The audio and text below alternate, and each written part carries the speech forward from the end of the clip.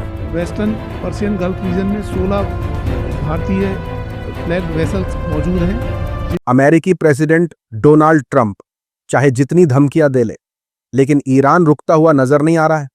पहले ट्रंप ने कहा कि 48 घंटे है ईरान के पास, होर्मुज खोलो, नहीं तो अंजाम अच्छा नहीं होगा। ईरान ने जवाब दिया कि चाबी खो गई है, कहां से खोलें। ईरान ने ट्रंप को लेकर कार्टून जारी किया है जिसमें ट्रंप को स्ट्रेट ऑफ होर्मुज पर फंसा दिखाया गया है। ट्रंप कह रहा है कि मैं चाहूं तो होर्मुज का रास्ता 2 मिनट में खुलवा सकता हूं। पत्रकार से बोले कि आपकी गर्दन घूमने में जितना टाइम लेगी उससे भी कम टाइम में मैं होर्मुज खुलवा सकता हूं। We could close that up in 2 minutes. We could close that up so fast your head would spin. America के लोग ट्रंप की बातों से परेशान हैं। ट्रंप के मेंटल हेल्थ पर अमेरिकी नेताओं ने सवाल उठाए हैं। डोनाल्ड ट्रंप के ईरान पर दिए गए गलत अल्फाज से भरे बयान को लेकर उनकी दिमागी हालत पर सवाल उठ रहे हैं। डेमोक्रेट और कुछ रिपब्लिकन नेताओं ने इसे खतरनाक बताते हुए तुरंत इस्तीफे की मांग की है।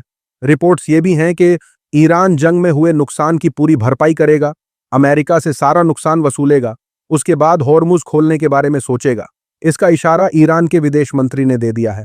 पत्रकार ने जब पूछा कि आप लोग जंग खत्म करने के लिए सीज फायर क्यों नहीं करते, ईरान के विदेश मंत्री अब्बास अराघची ने जवाब में कहा कि हम सीज फायर नहीं चाहते, क्योंकि हम चाहते हैं कि ये जंग ऐसे खत्म हो कि आगे कोई हम पर हमला करने या धमकी देने की हिम्मत भी न करे। उन्हें पता होना चाहिए कि वो किस तरह की कौम से टकरा रहे हैं।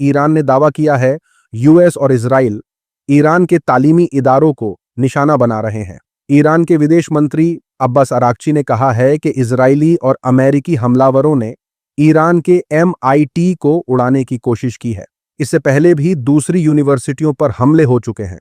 1400 साल पहले पैगंबर मोहम्मद साहब ने फरमाया था कि अगर इल्म दूर सितारों में भी हो तो ईरानी उसे हासिल कर लेंगे। हमलावर हमारी ताकत जरूर देखेंगे। दूसरी तरफ अमेरिकी एक्टर और हल्क का किरदार निभाने वाले एक्टर मार्क रफालो ने फिलिस्तीन पर बनी मूवी को लोगों से जरूर देखने की अपील की है। एक्टर ने कहा कि इस मूवी को दुनिया के लोगों को जरूर देखना चाहिए ताकि उन्हें पता चले कि फिलिस्तीन के लोगों ने क्या कुछ सहा है। उन्होंने ना सिर्फ अपनी जमीनें खोई हैं बल्कि अपनी खुशियां भी खोई हैं। everybody just want to urge you to see Palestine 36. It's out in the United States. The history of the Palestinian people. अगली अपडेट ईरान के हवाले से सामने आई है। विदेश मंत्रालय के एक प्रवक्ता ने बताया कि ईरान ने बिचौलियों के जरिए भेजे गए हालिया शांति प्रस्ताव को ठुकरा दिया है। ईरान ने दोहराया है कि सीज फायर पर कोई भी बातचीत इस तरह से नहीं की जाएगी। रिपोर्ट के मुताबिक ईरान और अमेरिका दोनों को एक मसौदा प्रस्ताव मिला था जिसे पाकिस्तान ने तैयार किया था। इसमें जंग को खत्म करने का रास्ता खोजने के लिए 45 दिनों का सीज फायर और स्ट्रेट ऑफ हॉर्मुज को फिर से खोलने की बात कही गई थी। ईरान ने इसे रिजेक्ट कर दिया है। जंग कब रोकी जाएगी ये ईरान बताएगा, अमेरिका, इजराइल या कोई और देश नहीं। ईरान ने सख्त चेतावनी दी है कि अगर उसके अहम ढांचे यानी इंफ्रास्ट्रक्चर पर हमले जारी रहे तो पूरा इलाका बहुत खतरनाक हालात में जा सकता है। ये बात खातम अल अनबिया हेडक्वार्टर के स्पोक्स पर्सन इब्राहिम ज़ोल्फ़ाघारी ने कही है। ज़ोल्फ़ाघारी ने कहा कि अगर ईरान पर हमले बढ़े तो ये इलाका दुश्मनों के लिए जहन्नुम बन जाएगा। उन्होंने ये भी कहा कि ईरान को हराने का जो ख्वाब था वो अब अमेरिका के लिए दलदल बन गया है। ये चेतावनी उस वक्त आई है जब खबरें हैं कि इजराइल ईरान के एनर्जी ठिकानों को निशाना बनाने की तैयारी कर रहा है। इसके जवाब में ईरानी मीडिया तस्नीम न्यूज एजेंसी ने कहा कि इजराइल को बिजली देने वाले 2 बड़े पावर प्लांट अब निशाने की लिस्ट में शामिल कर लिए गए हैं। ज़ोल्फ़ाघारी ने यह भी कहा कि अगर हालात और बिगड़े तो जवाब सख्त और बिना किसी रोक टोक के होगा, जिसमें अमेरिका और इजराइल के अहम ठिकानों पर लगातार और बड़े हमले भी शामिल हो सकते हैं। खबर निकल कर आ रही है अमेरिका के तेल स्टॉक के हवाले से। अब अमेरिका में भी तेल संकट बढ़ सकता है।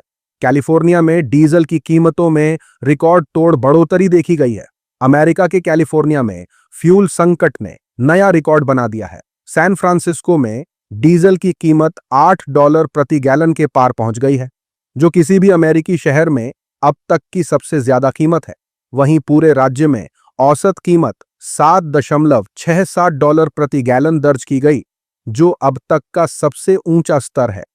ट्रंप सरकार की नाकामियों को अब उनके सैनिक ही उजागर कर रहे हैं। पूर्व CIA अफसर लैरी जॉनसन ने कहा है कि पेंटागन की तरफ से रेस्क्यू ऑपरेशन को लेकर जनता से झूठ बोला जा रहा है। उन्होंने दावा किया कि ईरान में जो F-15 फाइटर जेट गिरा है वो असल में परमाणु अटैक की तैयारी कर रहा था। उसी समय ईरान ने अमेरिकी जेट को मार गिराया। इसके बाद आगे जो हुआ वो और भी चौंकाने वाला है। पूर्व CIA अफसर ने इनसाइड स्टोरी समझाई है कि जब प्लेन गिरा तो एक पायलट को तुरंत ढूंढ लिया गया, लेकिन दूसरा नहीं मिला। वो जमीन पर जहां गिरा था वहां से करीब 5 मील दूर से उसे रेस्क्यू किया गया है। उन्होंने कहा कि ईरान ने $400 मिलियन की कीमत के अमेरिकी विमान एक झटके में तबाह कर दिए।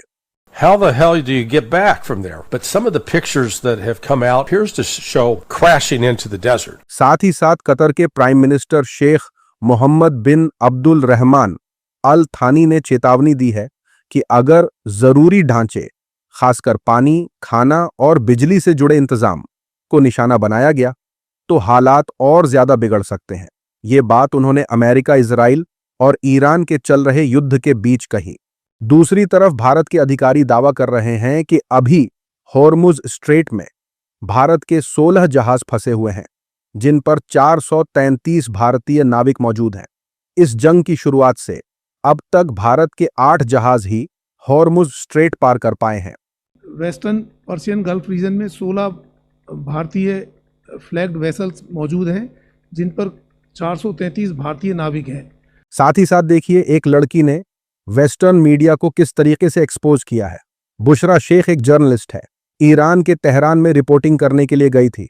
बुशरा कहती हैं, मेरे सर पर हिजाब नहीं था, मेरे बाल खुले हुए थे, मेरा चेहरा ढका हुआ नहीं था, मैंने वेस्टर्न आउटफिट पहना था, लेकिन किसी ने मुझे कुछ नहीं कहा। मैं पूरे तेहरान में घूम घूम कर रिपोर्टिंग करती रही, किसी ने वियर्ड नज़रों से नहीं देखा, किसी ने गलत अल्फाज नहीं कहे, बल्कि ईरान में विजिटर को बहुत प्यार से वेलकम किया जाता है।